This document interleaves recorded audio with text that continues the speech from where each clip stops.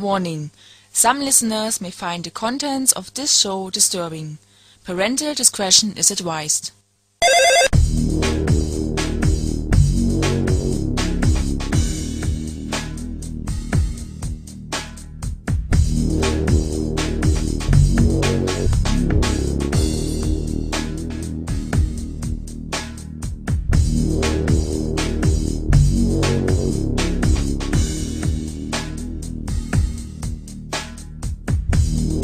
Hello and welcome to Wild Time with myself, Thomas Janak, here on Dublin South FM. Wild Time is the animal rights / world conservation show with a difference. The official blog is www.wildtimeds.blogspot.com. That's www.wildtimeds.blogspot.com. We're on air every Monday between 1 and 2 p.m. and the shows get repeated every Saturday between 2 and 3 p.m. Today's guest is Dr. Steve Best.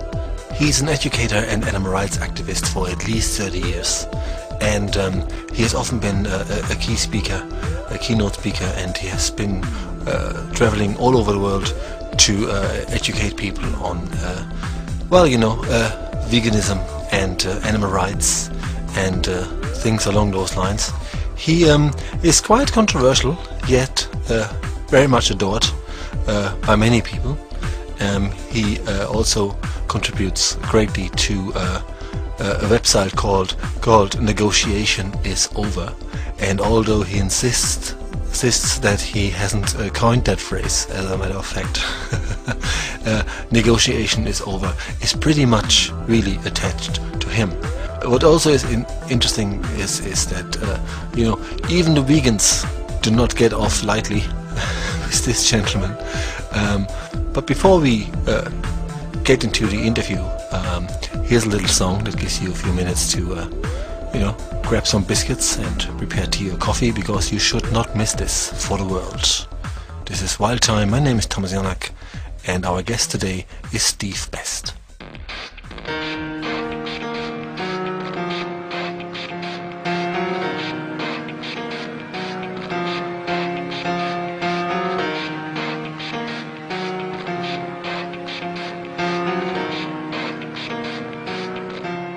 It starts with one thing, I don't know why. It doesn't even matter how hard you try. Keep that in mind. I designed this rhyme to explain in due time. All I know, time is a valuable thing.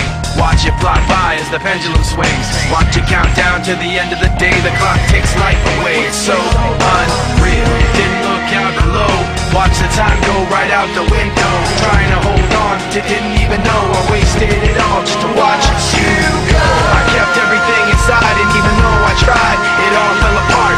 What it meant to me will eventually be a memory of a time when I tried so hard and got so far, but in the end, it doesn't even matter. I had to fall to lose it all, but in the end, it doesn't even matter. One thing, I don't know why. It doesn't even matter how hard you try. Keep that in mind. I designed this rhyme to remind myself how I tried so hard, in spite of the way you were mocking me, acting like I was part of your property. Remembering all the times you fought with me, I'm surprised it got so. Things aren't the way they were before. You wouldn't even recognize me anymore. Not that you knew me back then, but it all comes back to me in the end. You kept everything inside, and even though I tried, it all fell apart.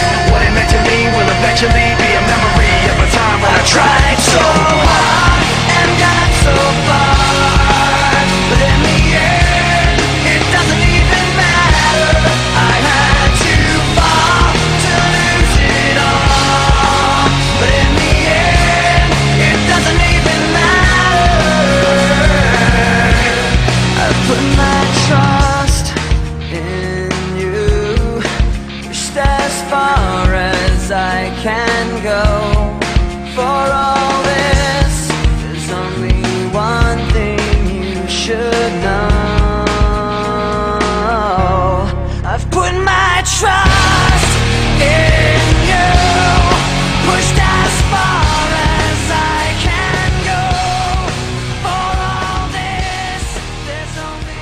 Hello, you're listening to Wild Time with myself, Thomas Janak, here on Dublin South FM. As promised, on the phone today, Dr. Steve Best. And the first question that I really have is, like, the website is called Negotiation is Over. Is it? That was my first question. Okay. Right out of the bat, right off the gun. There you go. Yeah, I think it pretty much is. I mean, how much longer do we have to ask? How much longer do we have to debate? How much longer do we have to plead? How many more hearts do we have to appeal to? How much more love and compassion and understanding do we have to show? And after a while, tolerance becomes a vice and not a virtue. It becomes a symptom of a Stockholm syndrome, where it's just not healthy. And, rights have been won in history by taking them. Not by asking them, not by waiting for them, not by pleading, just taking them. The critical theorist named Herbert Marcuse, Germany, very popular in the 1940s, 50s, and 60s, he wrote an essay about repressive tolerance.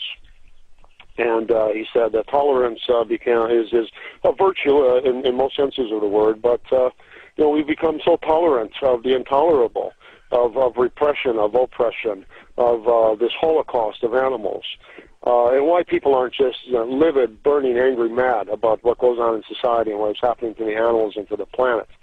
And we're all walking around like this is acceptable to us, and we'll just be patient, and we just keep doing our nonviolent demonstrations and keep sending in these letters and keep chanting for peace, and someday it'll come. Well, I think this is all over.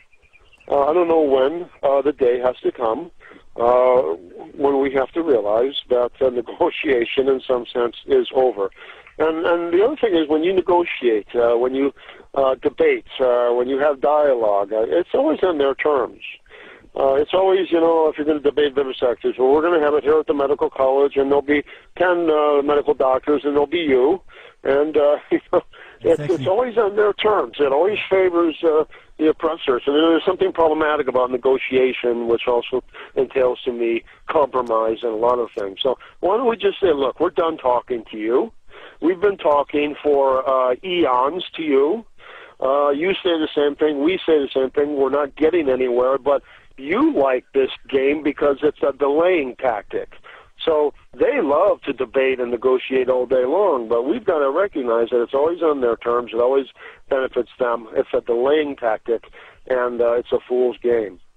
And the problem, I mean, the main problem is that apparently because of the conditioning that's going on globally, when you say such a thing that we shouldn't be testing on animals, there are even the big companies openly agree that 95% at least of all the tests are useless to humans or dangerous to humans, and therefore absolutely rubbish to even have them, and they often don't want to know about computer models and whatever we have in the 21st century to make this go away. And a lot of people buy into this idea, but we need our medication, and there are lower life forms and all that kind of stuff. So where do we go from here? When we say negotiation is over, how do we get people to, I mean, I know part of it is like always, like everybody does, it's the lobbying of things and saying this is wrong, and probably the peaceful protests have to continue as well. But where do we go from here? What do you think has to happen to make people understand and listen? Well, I mean, actually, to say something like negotiation is over can entail any number of tactics or politics or practical implications, and violent, non-violent, legal, illegal. It's just saying that you have nothing more to talk about, and now you're just going to take change in your own hands. Really what it means is just direct action, right? We're done talking. We're all talked out, and it's like a divorce. Why don't we divorce ourselves from our oppressors? Tell me all about it. We've tried to have this talk before. We're not getting along. Things aren't getting better, not changing. Let's just call this a divorce. And so we're going to go separate ways, and we're going to fight it out. And now the way you fight it out is how you choose. But I think what's important here to realize is that we're not going to learn anything by having dialogues. They're not going to give us anything that is not highly compromised and not worth having anyway, ultimately. And so it's really open to any number of tactics.